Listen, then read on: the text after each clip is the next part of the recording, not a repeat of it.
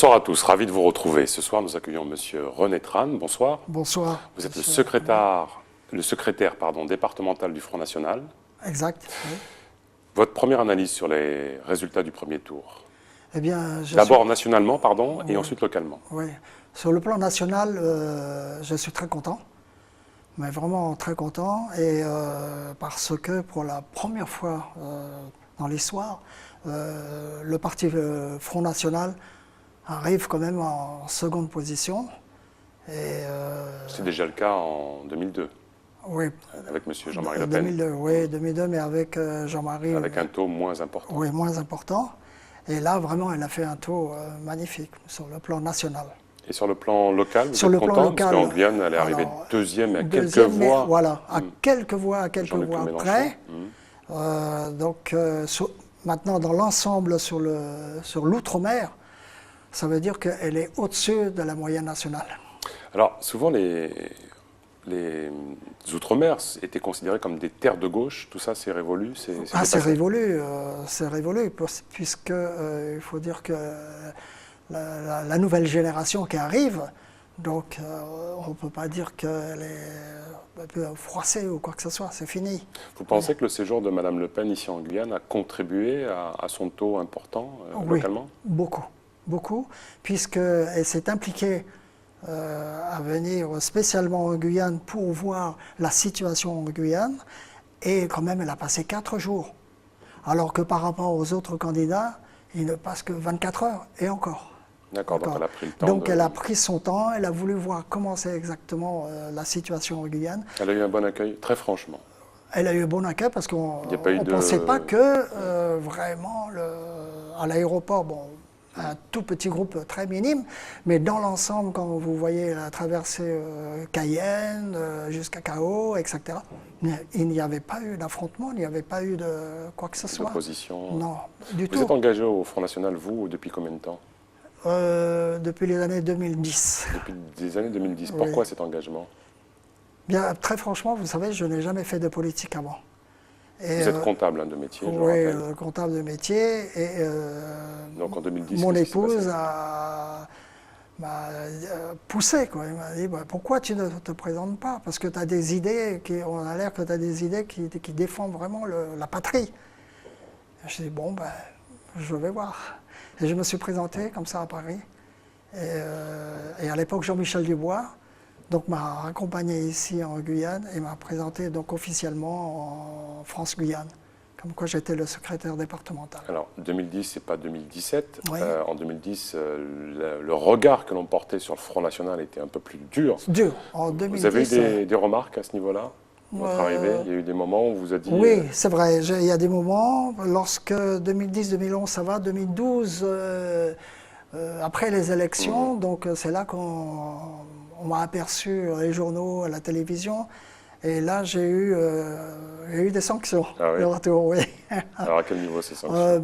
On se dit tout. Hein, oui, parce que j'enseignais au CNAM à l'époque, et on m'a remercié gentiment. D'accord, du fait de votre appartenance politique? Oui. Du fait de mon appartenance, et également à la CCIG, j'enseignais le BTS également. On m'a vu, on m'a remercié aussi, gentiment, mais j'ai compris. J'ai compris. Et malgré ces difficultés, non, c'est pas ça qui m'a découragé. Oui, non, pas du tout. Combien d'adhérents au Front National? Ne faites pas de faux chiffres, hein, comme les autres. Non, on est là pour se dire la vérité. Quand j'ai pris la situation en main, très franchement, on était aux alentours de 45-50. Okay, adhérents. Hein. Et depuis ce temps-là, donc ça fait, disons, 7 ans, nous approchons des 150. 150 adhérents, ouais. D'accord. C'est bien. Ce qui est un bon socle ici en Guyane. Pour un département, soi-disant... Et donc aujourd'hui, on vous identifie comme le représentant du Front National. Est-ce que ce que vous avez vécu en 2012 a changé aujourd'hui? Est-ce que vous faites encore l'objet de remarques, de critiques, voire d'insultes? Non, c'est fini. À partir de ce moment-là, c'est fini. C'est fini même depuis 2015. Que dites-vous à tous ceux qui disent que Marine Le Pen est raciste? Non, Marine Le Pen n'est pas raciste. Son entourage l'est un peu. Oui, non, là, je pense que les médias ont trop diabolisé le parti Front National sur le racisme. Mais en fait, non. Parce que, vous avez vu, elle est venue ici, elle s'est noyée dans la masse, elle a dit bonjour. Elle n'a pas eu de recul, vous voyez, etc. C'est Rien qu'en vrai, regardant. cette histoire que la marraine de sa fille est antillaise? Oui. Oui, et la marraine de sa fille est antillaise, donc qui est très connue d'ailleurs, c'est Madame Fatma, qui était responsable à l'époque en Martinique et ici. Donc maintenant, elle travaille au siège à Paris. D'accord. Non, je ne vois pas, parce que même dans les autres départements, c'est pareil. Et regardez ici, par exemple, dernièrement, tout le monde était étonné lorsqu'on disait que c'est pas possible, le responsable du Front National, il est asiatique. D'accord. Donc vous voyez, je ne suis pas du tout de souche française ou comme ça. Non, il faut enlever ça. Donc votre engagement, il est toujours en référence à la patrie, à l'amour du territoire. Vous faites aussi l'amalgame entre l'immigration massive et l'insécurité? Oui, alors on tient énormément là-dessus. Et ici en Guyane... Et c'est pour ça d'ailleurs que Marine est venue ici expressément pour voir la réalité des choses. Donc elle a vu de ses propres yeux l'insécurité, l'immigration, l'éducation qui est abandonnée, etc. Vous allez être candidat aux prochaines élections législatives? Oui. Sur la première circonscription? Dans la première circonscription. Alors, notre petit doigt nous a informé que le jeune Jérôme Arbour, qui fait partie de votre parti, qui était ici présent, était aussi candidat. Oui. C'est vrai? Non. Il a fait une petite impasse, c'est-à-dire, vous savez que dans le parti, il faut respecter la voie de la hiérarchie. Lorsque vous voulez faire quelque chose, il faut toujours passer par l'accord et l'autorisation du secrétaire départemental.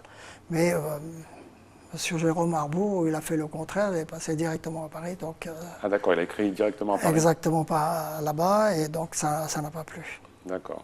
Aujourd'hui, il reste encore militant. Non, il est toujours adhérent. Vous êtes généreux, vous êtes tolérant. Oui. C'est une petite erreur de jeunesse. Oui, c'est pas comme on dit, le Front National élimine, raciste, et puis on élimine. Non, c'est pas vrai. Non, il est toujours avec nous, il continue à travailler avec nous. Qui sera votre suppléante? Ma suppléante, ce sera Madame Christelle Barbe. D'accord. Oui.